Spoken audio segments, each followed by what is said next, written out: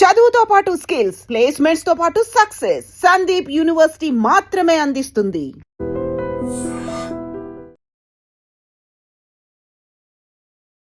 నమస్తే.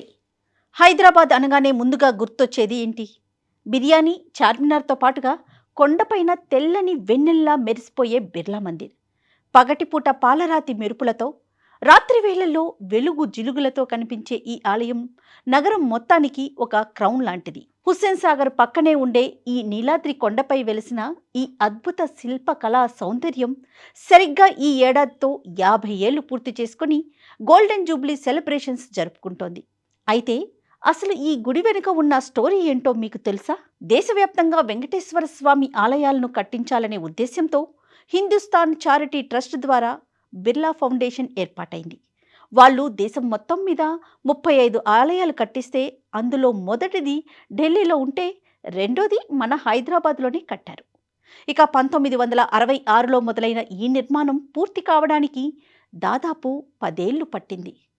ఇంకో విషయం, ఈ గుడి కోసం ఏకంగా 2000 టన్నుల పాలరాయిని రాజస్థాన్లోని మకరానా నుంచి తెప్పించారు. మరి స్వామివారి విగ్రహం సంగతి విషయానికి వస్తే అది మన గుంటూరు జిల్లా ఫిరంగిపురంలో దొరికిన అరుదైన నల్లరాయితో ప్రసిద్ధ శిల్పి గణపతి స్థపతి గారు అద్భుతంగా చెక్కారు.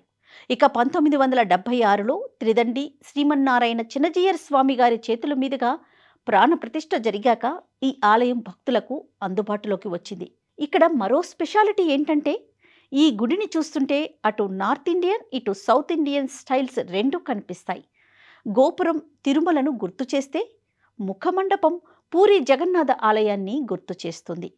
కొండపైకి వెళ్తుంటే ముందుగా శ్రీకృష్ణుడు, ఆ తర్వాత వినాయకుడు, శివపార్వతులు, హనుమంతుడి దర్శనం అవుతుంది. ఇక లోపలికి వెళ్తే 11 అడుగుల ఎత్తులో కొలువైన శ్రీనివాసుడు వజ్రపు నామంతో మెరిసిపోతూ కనిపిస్తారు. స్వామివారికి ఇరువైపులా పద్మావతీదేవి, ఆండాల్ అమ్మవారు కొలువుతీరి ఉంటారు. గోడల మీద రామాయణ మహాభారత ఘట్టాలను చెక్కిన తీరు మాత్రం అమేజింగ్ అనిపిస్తుంది. అయితే ఇక్కడ ఒక ఇంట్రెస్టింగ్ రూల్ ఉంది. సాధారణంగా గుడికి వెళ్తే కొబ్బరికాయలు కొడతాం, అర్చనలు చేయిస్తాం కదా. కానీ ఇక్కడ అలాంటివేమీ ఉండవు. కేవలం లోక కళ్యాణం కోసమే పూజలు చేస్తారట.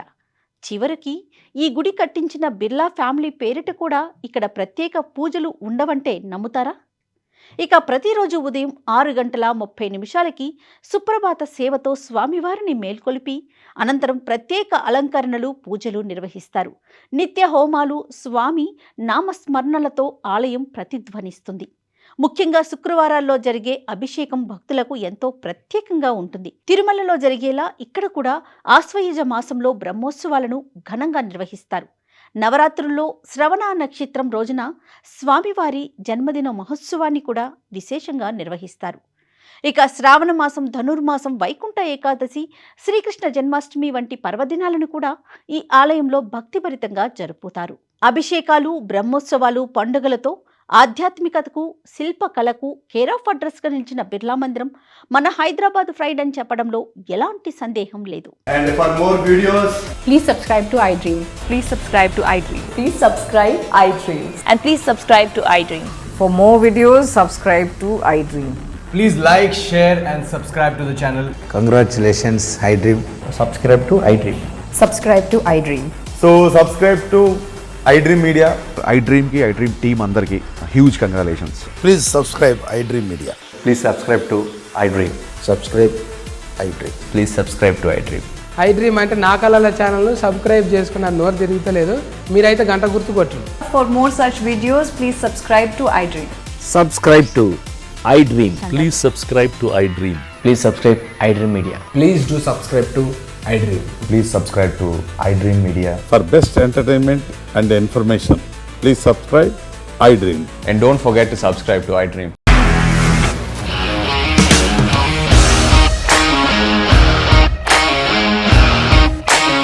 ఇండస్ట్రీలో కమిట్మెంట్ ఇష్యూస్ వస్తే నీకు కూడా వచ్చినట్టు. మార్నింగ్ తీసుకెళ్ళాలంటే కొట్టి పడేస్తాడు.